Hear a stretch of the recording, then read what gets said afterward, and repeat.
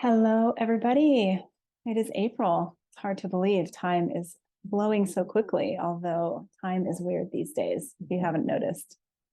This is Natha Perkins. I am here to give you the astrology for April. If you're new to my work, you can always find more of my work at electroastrology.com. I do private one-on-one readings. I teach astrology. I mentor and I take on apprentices. And I also have a community called the Hidden Wisdom Astrology Circle, where we do more of this kind of thing, where I bring you weekly content that is similar to this, more in depth. It has a psychological, spiritual, astrological flavor to it. It's designed to help you understand yourself in a much deeper way using the archetypes of astrology. And if you'd like to know more, you can visit the website, electroastrology.com. So we are in April 2023. How is it feeling? We've had some big, strong, energetic shifts as Saturn has entered Pisces a few weeks ago, and Pluto is now in Aquarius for the next few months. So before we begin, take a deep breath and just land right here. See what it's like to be in this very present moment in the center of your life. We begin with Taurus. We begin with Mercury entering the sign of Taurus. Mercury has been traveling through Aries. Mercury is the way that your mind works. Sometimes it works really quickly. Sometimes it's overthinking, or it is stalled out, ruminating, getting anxious. Mercury moving through Aries might have seen you acting before you thought, might have seen you being bossy or impulsive. When Mercury moves into Taurus, things will slow down. Taurus is energy that likes to take its time. It likes to think things through, likes to apply logic before moving into action. Now, Mercury will be in the sign of Taurus for longer than usual because we do have a Mercury retrograde coming in the sign of Taurus. We're not there yet, though. But notice if you feel an energetic shift in the way that your mind is working, and you might feel as if it is appropriate to slow down, really think things through in a different way. Filter your thoughts through your value system. What is truly important right now? And then you move into action on those things that are truly important instead of reacting compulsively. On April 6th, we have a full moon in the sign of Libra. This is happening at the same time that the sun is in a conjunction with Chiron. So this full moon might feel a little heavier than usual. When Chiron gets involved, it can bring up a lot of victim mentality, especially in this case, in the realm of power and personal power. So Aries and Libra are always about that balance between the relationship and the self.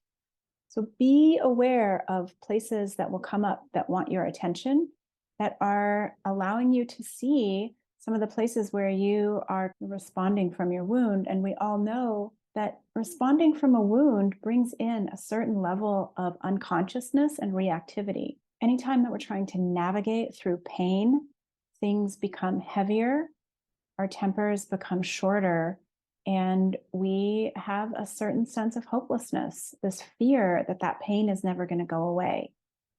Now, of course, the pain will go away.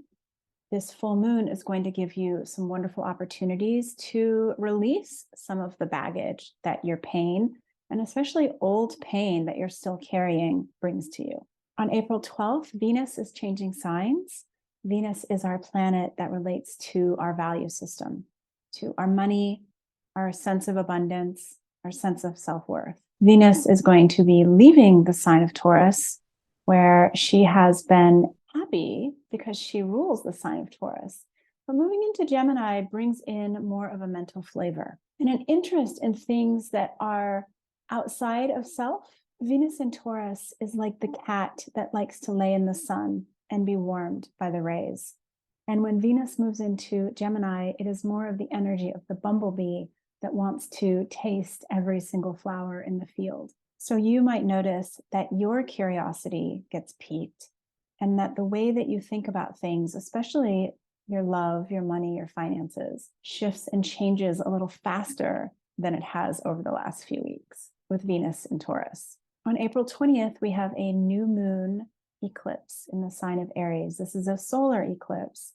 This is the second new moon in a month that we have had in the sign of Aries. If you remember, a few weeks ago, we had one that was at 0 degrees of Aries. This one is at 29 degrees. That means that you have gone through some complete cycle since that first new moon, which was on March 21st. So it would be a cycle that would relate to your personal power, where you feel it and where you do not. And this is an eclipse, and eclipses do tend to bring in wild card energy. So you never really know what's going to happen. Ride this. We're still working with these strong Chiron themes around feeling like a victim. I'm not powerful enough. I wish I was more powerful. Somebody took my power away. And so look for what cycle you have been through over these last few weeks in terms of those themes. On April 20th, the sun enters the sign of Taurus. Sun has been moving through Aries. And again, we're looking at this fast moving energy of Aries where we have to have courage, bravery, and we have to be ready to step in and lead the way.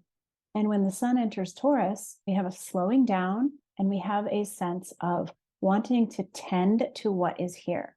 Finally, on April 21st, Mercury is going to station retrograde in the sign of Taurus. Anytime that Mercury, the planet of the mind and the way that we communicate and connect with other people through our thoughts, through knowledge, when Mercury goes retrograde, we are asked to go back and check our work.